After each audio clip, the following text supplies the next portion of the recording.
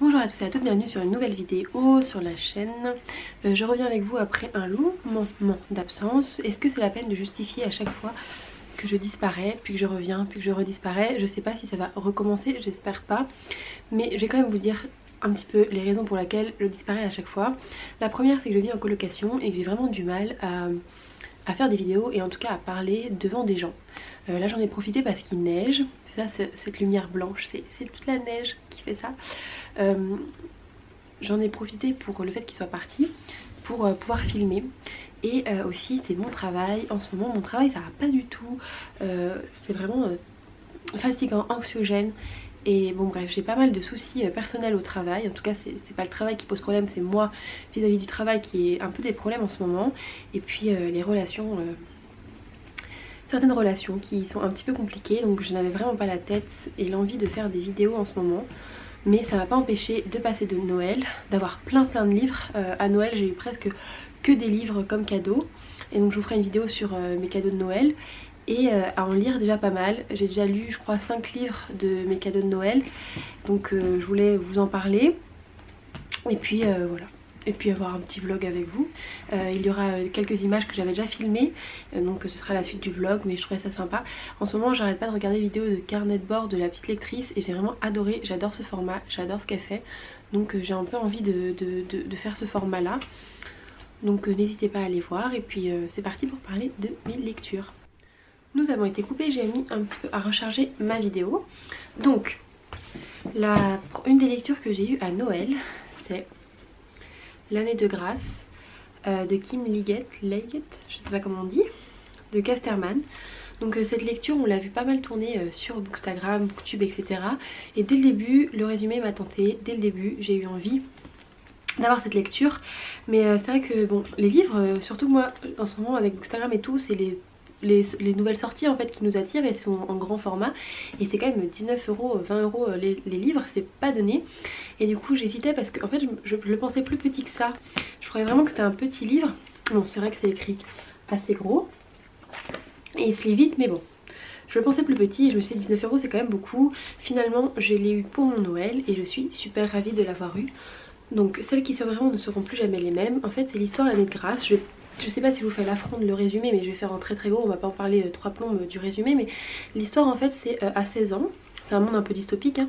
À 16 ans toutes les jeunes femmes vont faire une année de grâce parce qu'il paraît que leur pouvoir serait le plus fort et qu'il faut qu'elles se libèrent de leur pouvoir magique pour pas faire des furies quoi en fait, pour redevenir pures, etc., etc. Et pendant cette année de grâce personne ne parle de cette année de grâce, personne ne dit ce qui se passe dans cette année de grâce. Et ça a l'air plutôt terrible car tout le monde a l'air de revenir un petit peu choqué de cette année. Et on va suivre l'héroïne. Alors est-ce que c'est vrai que j'ai oublié son prénom? Oui j'ai oublié son prénom. Bon je sais pas. Le résumé est bien. Personne ne parle de l'année de grâce, c'est interdit. Nous aurions soi-disant le pouvoir d'attirer les hommes et de rendre les épouses folles de jalousie. Notre peau dégagerait l'essence pure de la jeune fille, de la femme en devenir. C'est pourquoi nous sommes bannis l'année de nos 16 ans. Notre magie doit se dissiper dans la nature afin que nous puissions réintégrer la communauté. Pourtant, je ne me sens pas magique ni puissante. 1 an d'exil en forêt, 1 an d'épreuve, on ne revient pas indemne de l'année de grâce si on en revient. Ça m'a fait pas mal penser à Vox, tous les livres comme ça, donc, et j'ai La Servante écarlate aussi à lire, donc c'est clairement féministe, en tout cas certains le voient comme ça. J'avais vu moi j'utilise Bablio, j'avais vu une assez mauvaise critique de ce livre, mais je ne suis pas tout à fait d'accord. Quand je le lis, je me suis un petit peu influencée, je me suis dit c'est vrai, c'est un peu... En gros c'est un peu comme si on nous remettait la faute dessus à certains moments, enfin c'est comme ça que aux femmes, genre on se laisse faire, c'est comme ça que la personne le voyait. Et parce que par exemple les femmes se sont un peu jalouses entre elles, etc., etc. Mais en fait c'est juste le propre de l'être humain. Quand tout va mal et quand on est comment on peut dire, persécuté, etc. Et ça peut créer des jalousies et ça peut créer que chacune veut s'en sortir, ce qui n'est pas le cas de toutes les femmes dans ce livre et ce qui n'est pas le cas de tous les humains. Mais c'est bien parce que c'est pas manichéen, on peut voir justement qu'on fait des bonnes choses et des mauvaises choses en étant une bonne personne et que cela ne définit pas la personne que nous sommes. Nous sommes tous un mélange de bonnes et de mauvaises actions. Si quelqu'un me croise et que je fais une telle action parce que je suis de mauvaise humeur, il me dira que je suis une personne mauvaise alors que juste derrière j'ai fait des choses très gentilles ou en tout cas en tout cas je suis pas une mauvaise personne, mais l'humain est quoi qu'il arrive un mélange entre le bien et le mal, et je trouve que dans ce livre on le décrit assez bien, parce que finalement on peut être notre propre ennemi, et on n'est pas, parce que nous sommes persécutés, c'est pas pour ça qu'il y a que de l'entraide, et c'est pas pour ça qu'il y a que des gens qui se noient et qui s'enfoncent les uns les autres pour s'en sortir, mais dans la vie il y a des requins qui essayent de se battre pour en écrasant les autres, et puis il y a des gens qui se serrent les coudes et qui avancent ensemble, et puis dans la vie il y a des gens qui font l'un et l'autre en fonction des situations, en fonction de leur degré d'empathie, en fonction de leur degré de survie aussi. Quand on doit survivre, je suis pas sûre que ce soit si facile que ça de se sacrifier et d'être la meilleure version de soi-même quand on en a peur pour notre propre vie. Enfin, je trouve que c'est une belle réflexion et que c'est pas manichéen, et ça je trouve ça bien. Par contre, au contraire, c'est paradoxal ce que je veux dire, mais au tout début la méchante, elle est très méchante, et ça je trouve c'est manichéen, ça c'est dommage, c'est parce que dès le départ on sait qui est la méchante, alors que justement, comme je suis en train de dire, un être humain c'est pas blanc ou noir, c'est vraiment, on peut ressortir d'une certaine façon bonne ou mauvaise en fonction des situations, de notre vécu, de notre passé, mais on n'est pas que mauvais, et je trouvais que la méchante dans l'histoire elle est trop vite perçue comme une méchante, et je trouvais ça un peu facile en fait.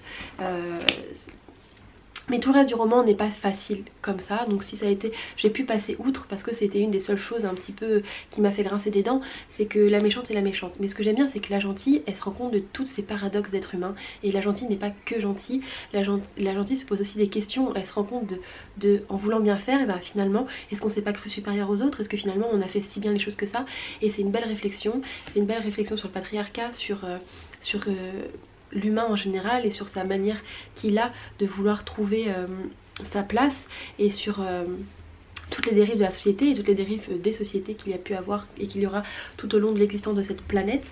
Et je trouve ce roman très intéressant. Je pourrais en faire une chronique complète, là je veux pas vous faire en parler des plombs et des plombs, même si ça commence à faire des plombs que j'en parle, donc de toute façon je vous ferai un update lecture et je vous en reparlerai plus en détail. Je sais pas, est-ce que vous préférez un update lecture par livre, parce que clairement je peux parler au moins 10-15 minutes sur un livre, ou est-ce que vous préférez des updates lecture assez rapides où je vous présente plein de livres d'un coup, genre 6 livres d'un coup? N'hésitez pas à me le dire en commentaire.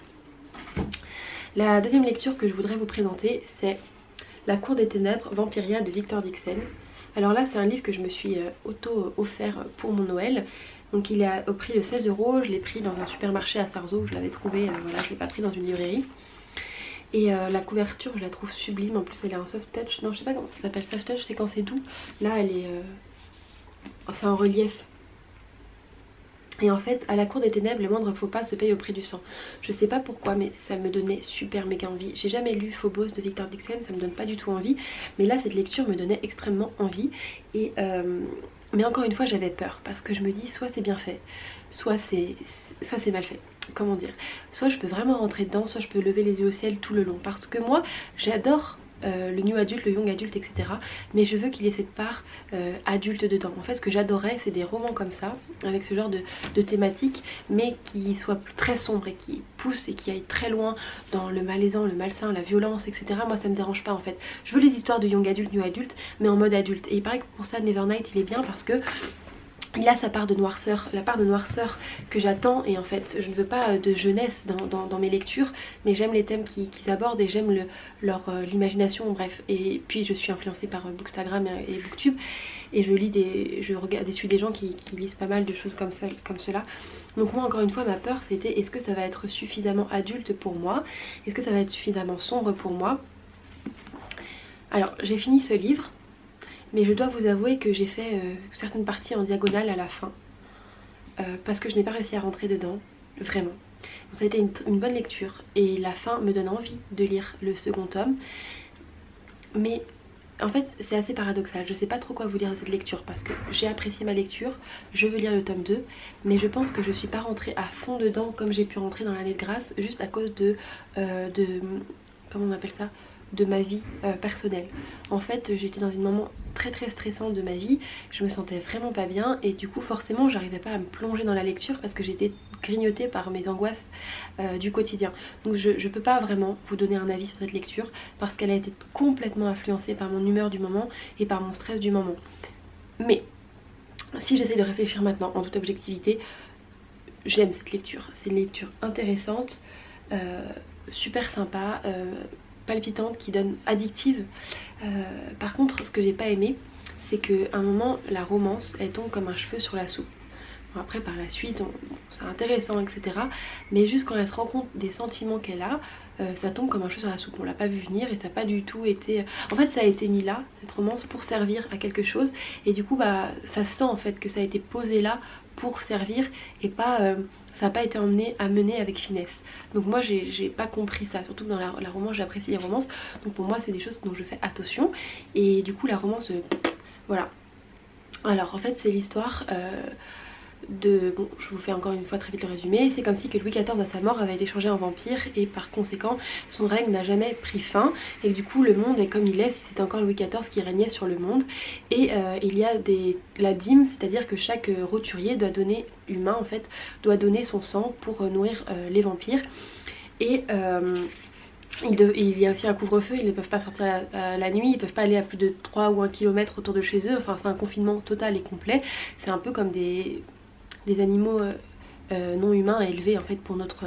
comme nous on fait en fait avec les animaux.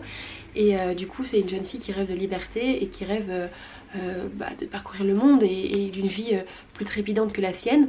Et puis un jour un grand drame va faire qu'elle va être emmenée plus près de la cour qu'elle ne devrait être. Et c'est l'histoire d'une vengeance, voilà.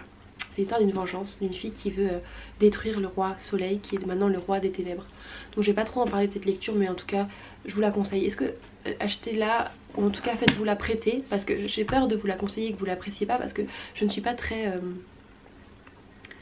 je sais plus le mot, objective dans cette lecture, parce que comme je vous l'ai dit je l'ai pas appréciée à sa juste valeur à cause de mon stress et à cause de la vie qui a fait que en fait certaines lectures on passe à côté parce que on n'est pas dans le bon mood en fait pour pouvoir lire cette lecture. Et ça je doute pas que c'est à cause de ça que je suis passée un peu à côté de cette lecture.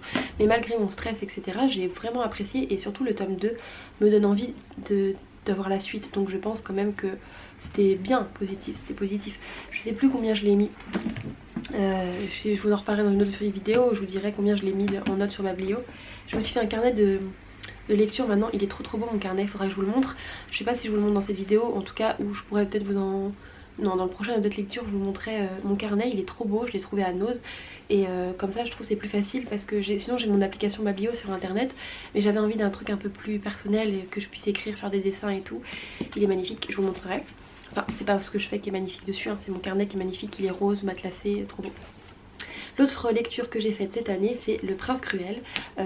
Alors regardez, mais je l'avais vu passer partout, j'hésitais vraiment à me le prendre parce que j'avais vu une mauvaise chronique dessus et je me suis dit je suis d'accord avec elle sur ce qu'elle dit. Enfin je pensais que je penserais la même chose qu'elle.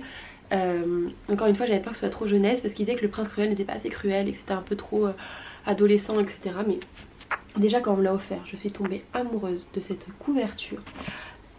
Les branches qui s'entrecroisent dans le titre, je sais pas, avec ce blanc, je sais pas, cette couverture me fait visuellement du bien. Je sais pas comment vous expliquer ça, mais je la trouve magnifique en fait.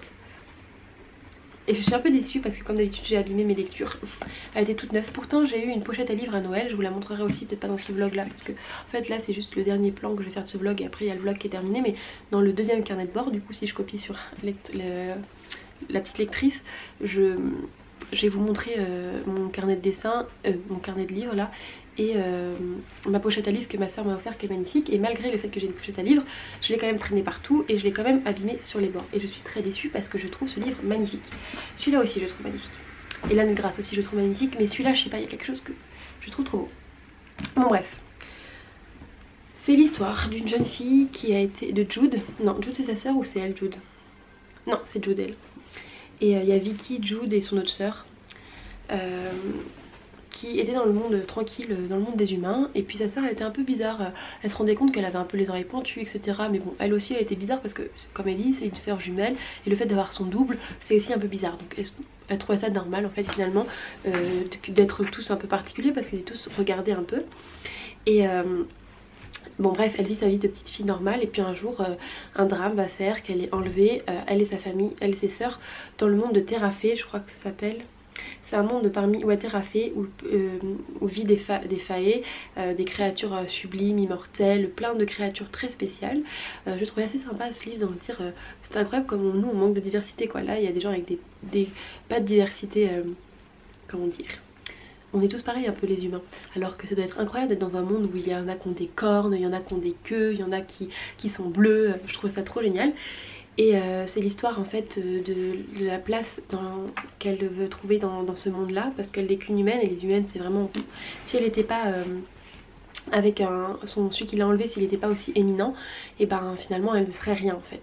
Et du coup elle veut trouver sa place parmi ce monde, et il y a un peu cette contradiction dans le fait où elle dit je veux trouver ma place dans un monde dans lequel j'ai pas ma place parce que j'ai été enlevée dans mon monde à moi et je suis arrivée ici avec des circonstances horribles, et pourquoi pourtant je veux trouver ma place alors que sa sœur elle a dit non mais on doit juste se venger et retourner dans le monde des humains. Donc c'est un peu... il y a un truc que je trouvais intéressant dans ce livre, c'était...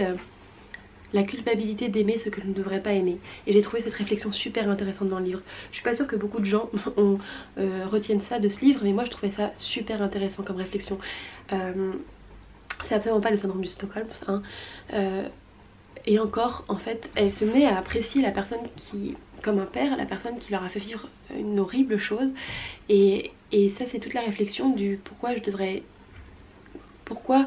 juste en fait je devrais ne pas l'aimer par principe alors qu'au fond de moi je l'aime, et est-ce que c'est mal, est-ce que je suis un monstre d'aimer la personne qui a fait ça, etc. Et je trouvais cette réflexion assez intéressante. Bref, c'est pas le sujet, en tout cas elle est à l'école et elle est ennemie du prince cruel qui arrête pas de lui chercher des noises et qui est super méchant avec elle, et ça va être leur histoire.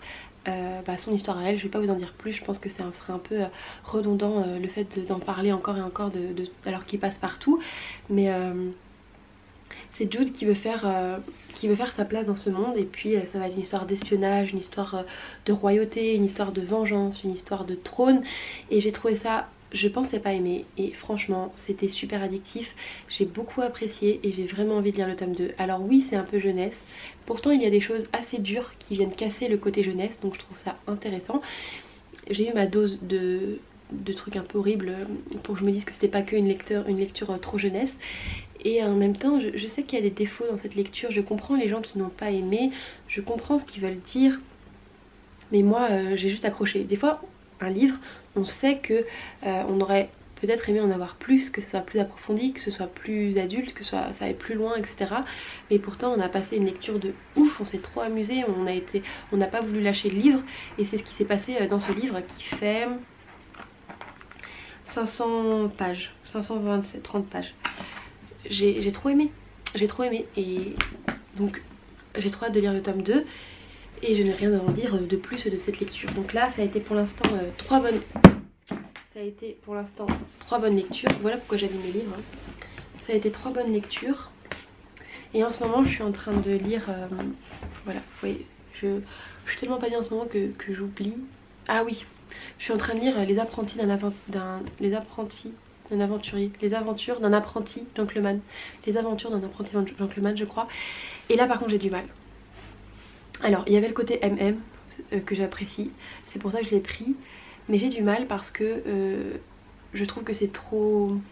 Bon, c'est pas assez poétique. J'ai besoin de cette dose de poésie dans les livres, d'une belle écriture, même plus c'est alambiqué, plus j'apprécie. Et là je trouve que c'est un peu trop jeunesse, par exemple ils sont censés quand même... être des gentlemen, je sais pas, bon même si voilà, et là il dit j'aime trop son cul. Je sais pas, je trouve ça un peu grossier l'écriture, et du coup j'ai vraiment du mal à me plonger dedans.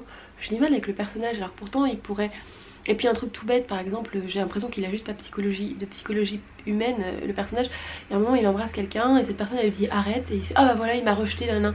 Alors que c'est écrit sur la truc de la personne en face que ce n'est pas un rejet d'elle, mais il faut aller plus loin, c'était juste qu'elle se sentait mal à l'aise pour diverses raisons. Un camion, je sais pas si vous l'entendez. C'est juste qu'elle se sentait mal à l'aise pour diverses raisons, parce que leur histoire est compliquée, et lui il va se braquer sans chercher plus loin, juste en réagissant avec son ego, et du coup ça met une sorte de froid entre eux, et ça c'est le genre de truc qui m'énerve. Il suffirait de communiquer, il suffirait de pas se braquer, et tout irait bien, et nous le lecteur on voit à 3000 miles que tout va bien en fait, qu'ils sont amoureux tous les deux, et que leurs problèmes ne sont pas des problèmes. Et du coup ça j'ai du mal, j'arrive pas à me plonger dedans quand c'est ce genre de choses. Mais bon, je suis qu'au début, ma lecture, je l'ai quand même tenté, je vais pas l'abandonner, j'ai envie de le finir, surtout que c'était un cadeau de Noël. Et puis il y a aussi le tome sur sa sœur qui m'a l'air intéressante. Donc j'ai envie de lire sa sœur, je crois qu'elle m'intéressera même peut-être plus que son frère, d'après ce que je vois là. peut-être qu'elle m'intéressera plus. Mais j'ai voulu faire une pause dans mon livre pour dire à quel point il ne m'accroche pas de ouf. Et du coup j'ai recommencé de zéro la saga, les mangas, l'atelier des sorciers, parce que j'avais pas... Déjà j'ai pas lu les derniers et puis je crois que je suis rendue au tome 3. Mais ça faisait 1 an finalement que je les avais pas lus et du coup j'ai préféré relire pour me remettre dans l'histoire. Donc j'ai le tome 1 et le tome 2 que j'ai lu hier et ça ce matin. Et là je vais débuter en vous laissant le tome 3. Et toujours aussi beau, toujours aussi magnifique. Je ne sais pas pourquoi j'ai arrêté... Oups. Je sais pas pourquoi j'ai arrêté cette lecture. Peut-être parce que j'avais pas les autres tomes. Mais je pense que je vais remédier à ça parce que... Bon bah comme tout le monde, hein, j'adore l'univers. J'adore les graphismes. J'adore l'histoire. J'adore Coco. J'adore son... Kirfi, je sais plus comment il s'appelle. Je l'adore. J'aime juste Agathe, j'ai un peu plus du mal. C'est elle, Agathe. Mais bon, tous les autres personnages, je les adore. Donc, et puis les couvertures. Qu'est-ce qu'ils sont belles. Les jaquettes, magnifiques, magnifiques. C'est une beauté incroyable. Donc voilà, j'en suis là. Je vous dis à bientôt. Parce que maintenant, je vais vous laisser avec un vlog qui n'est pas parlé. Mais bon, j'ai parlé 20 minutes. Donc si vous êtes encore là, je pense que vous en aurez assez marre de m'entendre parler. Je vous dis à très bientôt. Dites-moi si ça vous plaît de faire des vlogs. N'hésitez pas à aller voir le carnet de bord de la petite lectrice et me dire si ce genre de format vous intéresse parce que j'ai vraiment envie de faire ça. Donc voilà, je vous fais de gros bisous.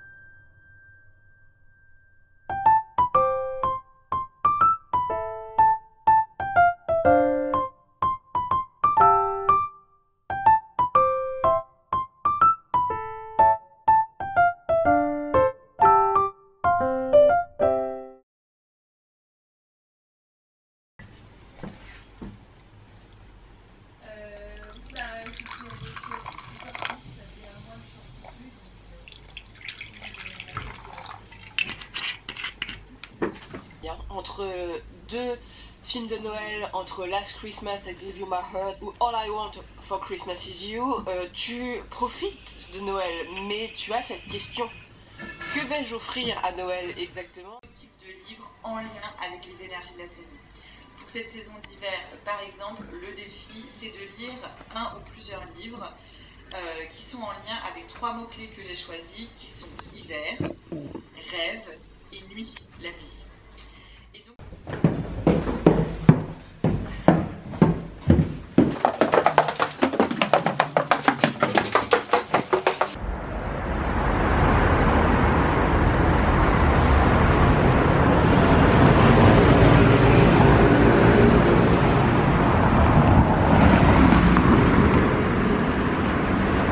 Mettre les gants à laver.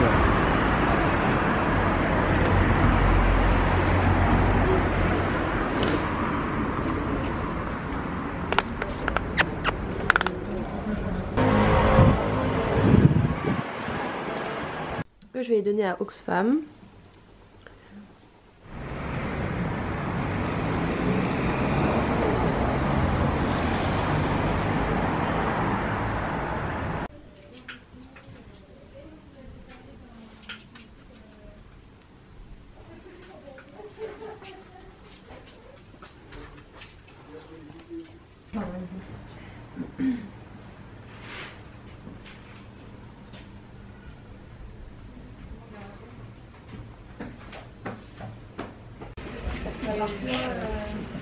Moi je pense que c'est là-bas internet parce que je peux peut-être un peu petit vous allez.